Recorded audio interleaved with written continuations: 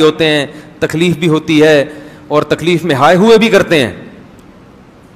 لوگ سمجھتے ہیں کہ کسی بزرگ کو تکلیف ہو اور وہ کہہ رہے ہیں آؤ میرے تکلیف ہو رہی ہے, تو کہتے ہیں یہ تو بزرگ ہیں, ان کو کیوں تکلیف ہو رہی ہے بھائی. تو بزرگ ہیں بھائی, تکلیف بھی ہوگی اور شادی کا شوق بھی ہوگا شوق بھی ہوگا, کیونکہ آدمی پہلے ہیں, بزرگ بعد میں. وہ ہمارے حضرت ایک واقعہ سناتے تھے کہ ایک آدمی سے کسی نے پوچھا مفتی کسے کہتے ہیں, تو اس نے کہا مفتی, بزرگ کسے کہتے ہیں, اس نے کہا بزرگ وہ ہوتا ہے, مفتی اور بزرگ وہ ہوتا ہے جو کوئی حسین جمیل عورت سامنے سے گزر جائے, کوئی اس کی توجہ اس طرف ہو ہی نہیں, اتنا نیک ہو. تو وہ بیچارہ دیہاتی تھا, اس نے بولا وہ خو اس کو تو ہمارے یہاں مخنث بولتے ہیں, ہجڑا بولتے ہیں اس کو ہمارے یہاں. اچھا اس کو یہ لوگ جنت میں جائیں گے, متقی اس کو بولتے ہیں.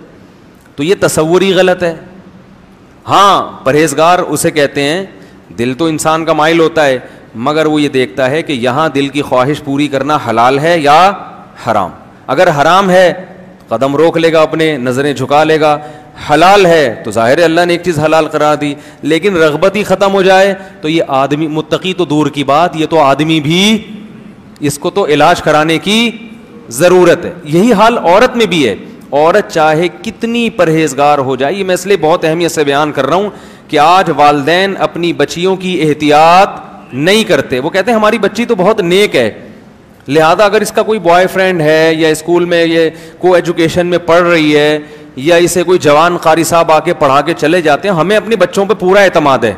ارے ہے تو لڑکی نا, وہ کوئی اور جنس تو نہیں بن گئی نا. اگر وہ لڑکی ہے, عورت ہے, تو اس کی مردوں کی طرف اٹریکشن ہوگی. کوئی بھی ہینڈسم اس کو نظر آئے گا, کوئی کسی کے بھی اسٹائل اچھے لگیں گے تو اس کی طبیعت اس کی طرف مائل ہوگی. اس کا تعلق نیک یا برے ہونے سے نہیں ہے, اس کا تعلق مرد اور عورت ہونے سے ہے. تو لہذا شریعت نے کیا کہا, نظر کی حفاظت.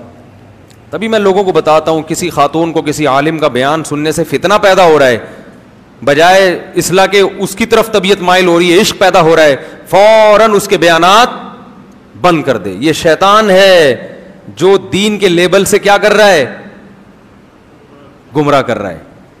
فوراً اس کے بیانات سننا بند کر دے, کیونکہ وہ عشق پیدا ہوگا اور یہ عشق فائدے کے بجائے کیا پہنچائے گا, نقصان. پھر سننا درست نہیں ہے.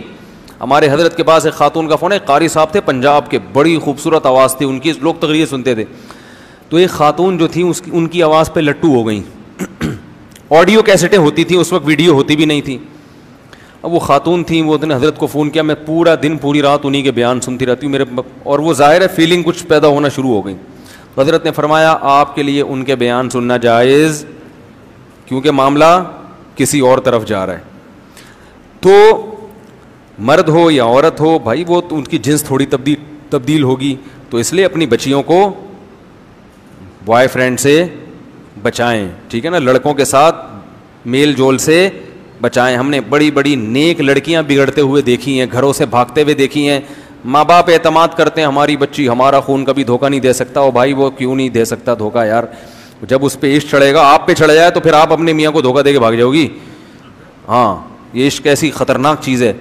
تو بچی پہ, وہ تو جوان ہے, اس پہ تو عشق چڑھنے کا زیادہ خطرہ ہے اور وہ گھر سے بھاگنے کا خطرہ ہے. تو اپنے آپ کو بھی خود بچائیں ان فتنوں سے, اور اپنے گھر کی مستورات کو بھی بچائیں, ان کی خود نگرانی کریں. واٹس ایپ, فیس بک, ان کے جہاں فائدے ہیں وہاں نقصانات بھی بہت ہیں.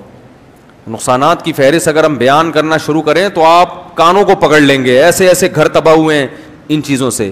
تو ان کو کنٹرول میں رکھنا ضروری ہے. جوان بیٹی کو موبائل لے کے دینے کی ضرورت نہیں ہے, اور اگر دیا ہے کسی ضرورت سے تو اس کو چھپ کے بات نہ کرنے دیں. سے بولیں بیٹا جب گھر میں موجود ہیں سب, تو نمبر سب کے سیو ہونے چاہیے, ان نون کال آپ کو ریسیو کرنے کی اجازت, بولو نا بھائی, نہیں ہے. یہ بچیوں کو بتا دیا جائے, سب کے نمبر سیو کر لو, اور خام میں ایسا موقع دینا جس سے بدگمانی ہو, یہ درست نہیں ہے. تو یہ سب نگرانی ہوگی تو صالح معاشرہ وجود میں آئے گا. بے لگام چھوڑ دیا کہ ہم سب نیک ہیں تو شیطان کس